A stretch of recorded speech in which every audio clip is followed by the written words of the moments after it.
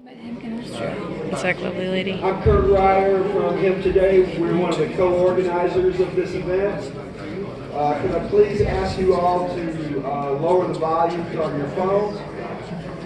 I'll be back with you later.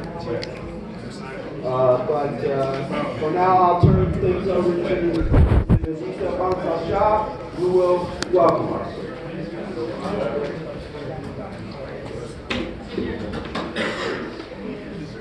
Thank you, Kurt. Welcome, everyone. We can't hear back here. You can't hear me? Okay. Can you hear me now? Yep. Okay. Welcome, everybody, to the first edition of... Now? Hello? Okay. Welcome, everybody, to the first edition of Asian Hemp Summit. Thank you all for coming here.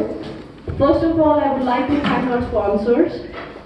That is Canby Gold, Sebastian Rogachevsky. I hope I pronounced it right. Sorry if there is a mistake. Daniel Cruz, Hempro International and Hemp Consult. Anar Arthur from Hemp Mongolia. Thank you guys. Without your trust, this was not possible.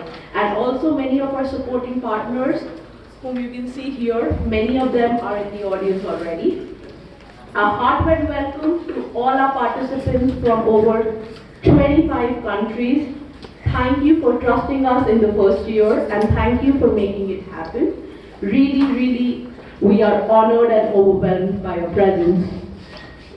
This event was planned, the planning started for this in 2017 when at Hemp 2020 the idea of doing such an event in this part of the world came in.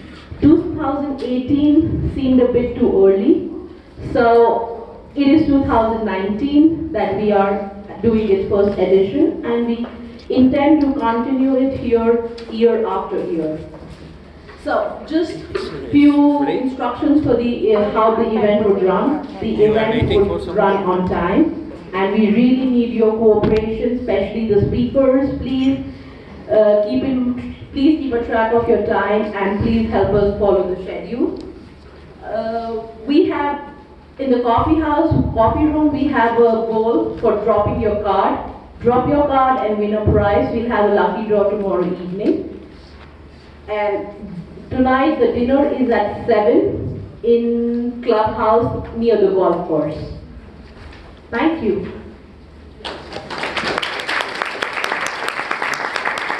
Now I would like to invite our co-organizer Hana Gabrielova to introduce our keynote speaker, Mr. Dan Herrer.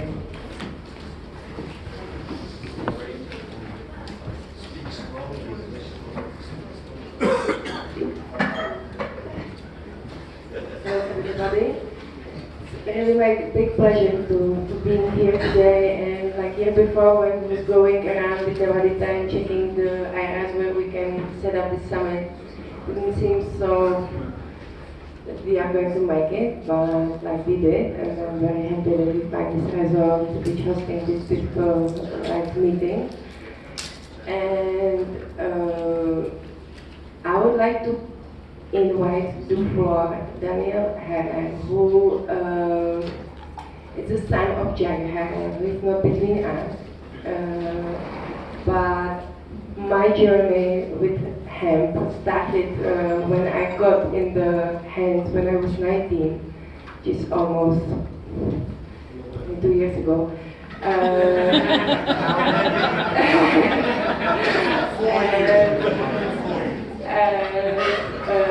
Yeah, I was 19, I was studying the University of Agriculture and I was checking like what I can do on my thesis, and my friend who was running the tea room where I was always hang out, give me the book and said like, hey Hannah, you know that like hemp can be like good for paper? Because we have like big paper factory near our city, and it was like, paper?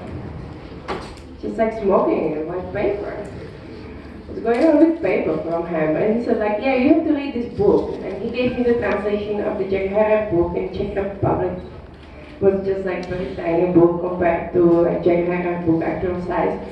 And I was very happy to read it and very surprised with all the like possibilities and what all the history it's like done And I never heard about that, and part of that looks like big conspiracy, but part of that was like really true, and nobody really told us about that in the school, and I was like very like, why not?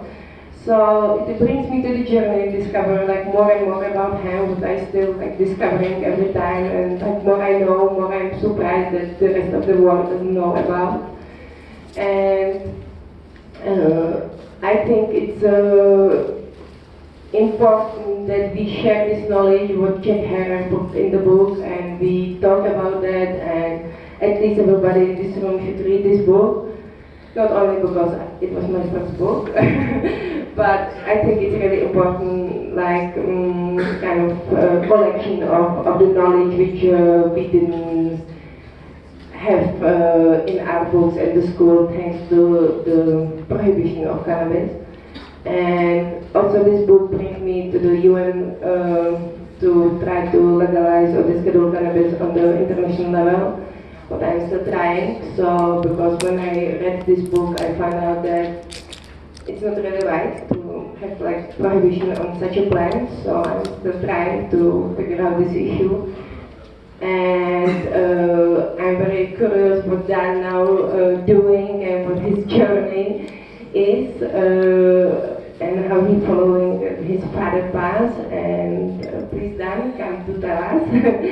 And it would be great to be able to, like, if we can all together somehow took the message of Jack and bring it in the life again, because I'm meeting many people and always like surprised that somebody is still probably in this room didn't. Can I ask you like how many people like to read the book of Jack Herrer here in this room?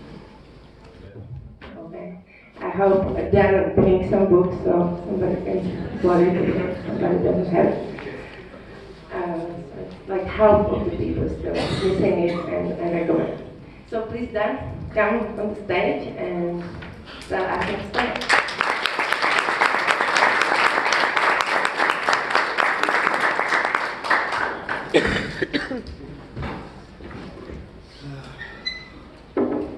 Hello, everybody. Thank you to Kurt and all the supporters of this event. Thanks for inviting me here. Speaking is not my most comfortable position in life to be in, but there are times where we have to find our voice. To understand what it is that I do and who I am, I'm going to go back in time a little bit to when my father was one of the most staunch supporters of anti-cannabis anything, anti-drug.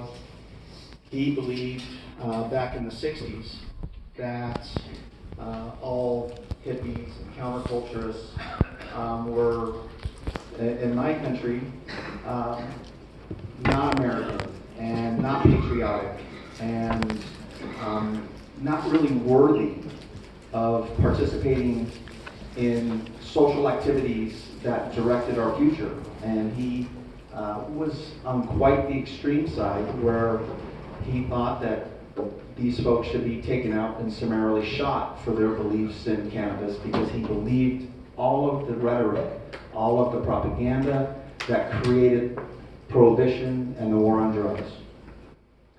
Until one day, he was 30 years old and was introduced to cannabis in a very moving way for him. It changed how he thought, it changed how he felt. He realized after engaging in smoking cannabis with this young lady that how could it be that he enjoyed this flower, this plant that has been demonized for so long, and how could he be so wrong? How could he have been so misinformed about its true place on this planet? He believed all of the same things that most of us learned as we grew up, and most countries currently still holding true to.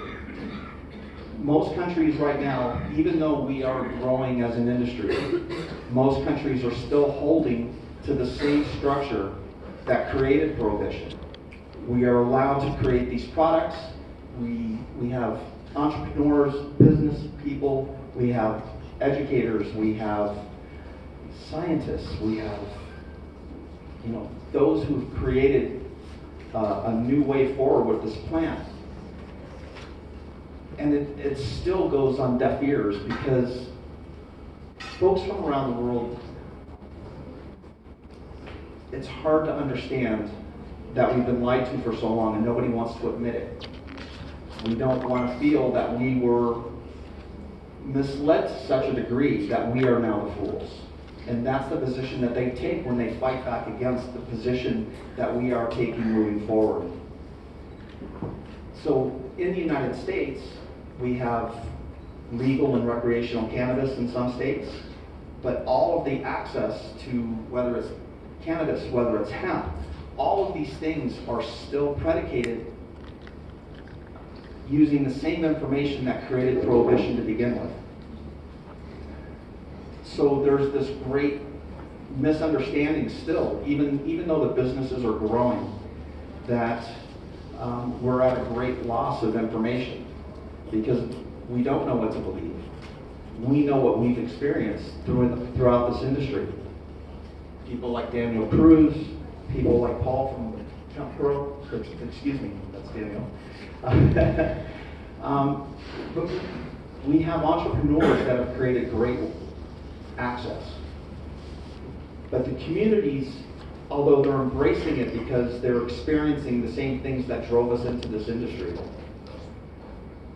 they don't really understand the background of it. So my father, during the first parts of his life, all the money that he made following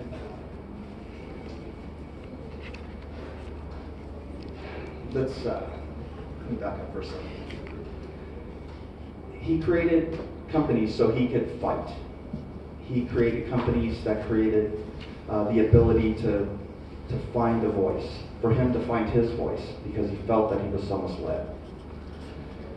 Through that, he started sponsoring every initiative that gave us an opportunity to expand what was this great wrong, and to uncover it and to eliminate it. He figured if he wrote a book that expressed the reality of cannabis and hemp, that the truth would be out and hemp and cannabis would be legal around the world, and there would be no more fighting over it, there would be no more imprisoning over it. So instead of building a company, he built an education platform, a book called The Emperor Wears No Clothes. He took that platform, which has inspired many of the folks here to believe in this plant to such a degree that we would create new industry, create brand new ways forward of how we're going to live on this planet. For me, I didn't really understand growing up, even though I was exposed to all of this education. I didn't get it. I didn't get it, not because I didn't want to. I just, when somebody tells you that hemp can save the world, it's quite a shocking statement. And 40 years ago, that was quite an absurd statement. And there was no real way forward other than to continue education. Today, we're building companies and products and relationships within this to continue to support the development of cannabis and hemp, which my father would tell you is the same plant. It's just, what side of the political realm where you're standing at, and what is going to make it acceptable. We, as a community, have always looked to one another to lift ourselves up. We've looked to one another to figure out what is the way forward. How do we grow this plant? How do we grow our industries in a way that's meaningful and that doesn't preclude us from participating in the future. Everything that we're doing now, all of the structure that we're building our companies on, our beliefs, our future processes, using this plant are all still controlled and regulated by the same rules and thought processes that created its becoming illegal. And right now we're at a really difficult time within this space because we're growing so fast. We're trying to be so influential in our communities. We're trying to stay alive, building these companies, that to some degree we're losing the vision of where we all started. We started, in 1996, it was all about compassion. It was all about, what can we do for our neighbors? What can we do for humanity with, legalizing cannabis? At the same time, we also knew that there was great possibilities with hemp. And 40 years ago, my father believed that hemp would save the world and would create all of these different products, but we didn't have the means for it. We didn't have the technologies for it. But now, 40 years later, these technologies are being built and created by us, by the needs of the community that started this. At the same time that we're building it, we're trying to hold on to it. Because as we move forward, every time it seems that we take a few steps forward, we get pushed back. And we get pushed back. There's companies that are able to make a product in their country, but not able to sell a product in their country. There are, laws set up in the United States that will allow the use of cannabis, but only under certain guidelines.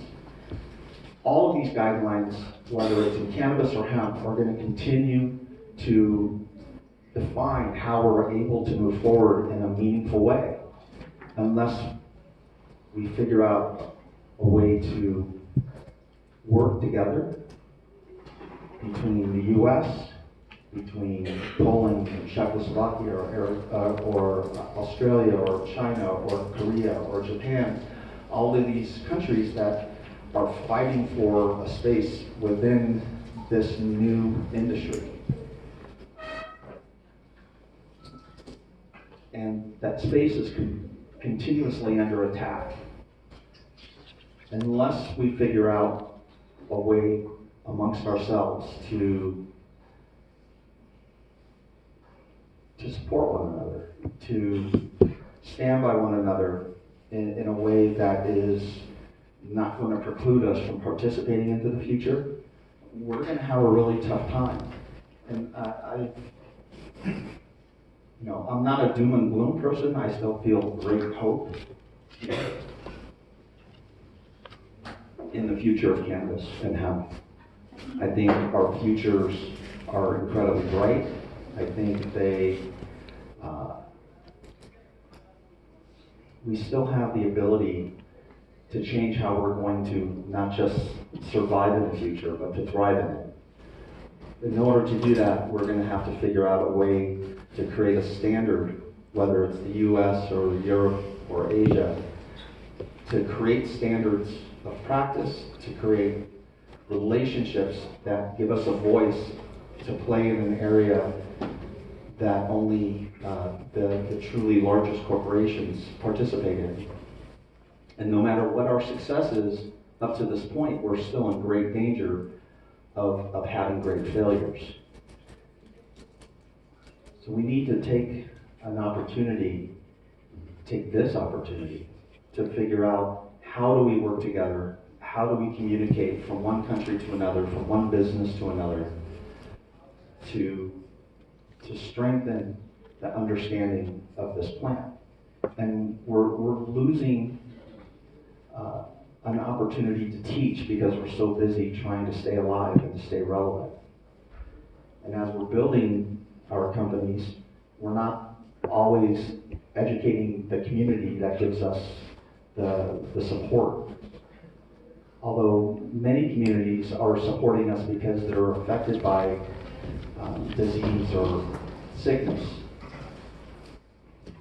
And they're like, well, hemp, I hear, can help. And as they support us, that's great.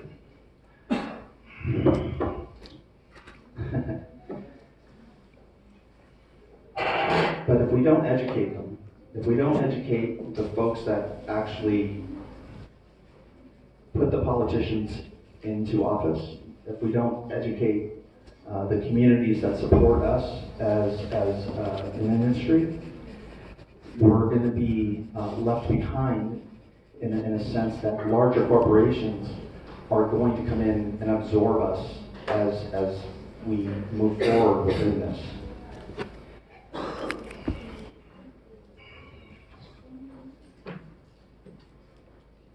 Education is going to be the key to our future. You know, there's, oh man, speaking in public is really tough sometimes. You're doing great. Great.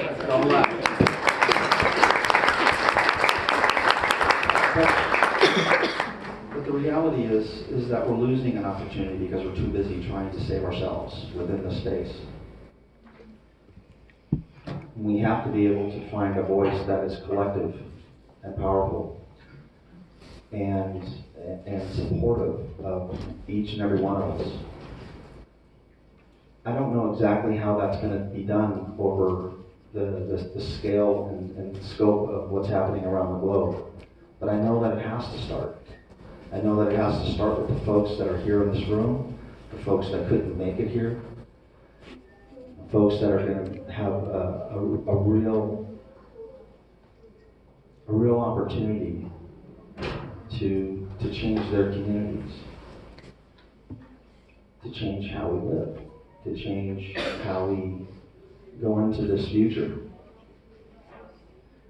And I know I feel like I'm rambling a bit here, but the reality is that if we don't find a common voice and a common way forward in how we are developing as an industry, and this is such a brand new industry that even those that have been in this industry for 20 or 30 years, be it on the food side, on the clothing side, on the textile side, we are all in danger of losing the things that brought us here, which is passion for this plant, passion for our communities, passion for this planet, and how do we work to save it and ourselves. You know, I get quite frustrated at times when the opportunities that we have seem to be sometimes out of our control. You know, I look back at California and with the legalization of hemp, and it becomes descheduled just a few weeks ago, and at the same time it becomes descheduled in Hawaii, they don't recognize the deschedule. The Department of Ag is making it even tougher to grow hemp as of 2 weeks ago. And it doesn't make sense, and we're wondering, you know, what is this great force that is pushing back against what it is that we're building? You know, the only thing that I can think of is that these forces are slowing us down because they're looking to figure out a way to control it, and a way to control our futures. Because everything that they use in order to create the fear that is still behind a lot of the regulations that allow us to be in business are still predicated on the 80 years of prohibition and not the last 30 years of exploration and, you know, education and development of processes and industries and understandings of this plant, be it medical or industrial. We're not supposed to become farmers who become large businesses. We're not supposed to be able to make an impact on the world for growing a plant. But that's what we've done. The folks in this audience are a testament to that. we need to make sure that we don't lose that ability moving forward. We need to make sure that the things that we build, that are built with integrity and knowledge and a great deal of soul searching in a way, because it's going to take a lot not to be absorbed by the corporations that are waiting for us to fail. And if they're not waiting for us to fail, they're waiting for us to sell, so that the farmers that have created the space that we all get to play in right now is at a position where taking it away from us is easy. And as long as we don't focus on education within the communities, and it's not that communities are unaware, but they're not really aware of the history. And the only way to figure out the way forward is by looking back at what's brought us here. So if we don't protect, if we don't work together, if we don't come together as a community, as a global community, then we're going to have some serious issues 3 years from now, 5 years from now, 10 years from now, because the major corporations have a very long play in this, and there's a lot of us that may only have a short play. And that short play is not because we don't want to be here forever. This is because we're being precluded from really being able to succeed. So make sure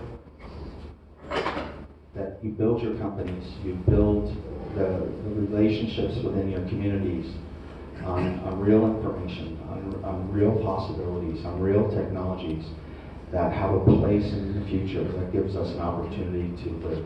And not just to live, not just to survive, but to thrive.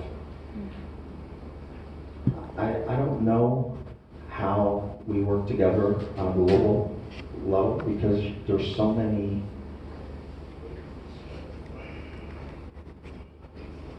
differences between each country and the ability to grow hemp or to use cannabis.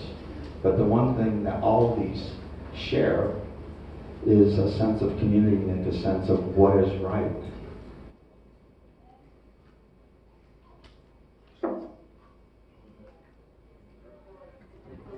And I hope we find it.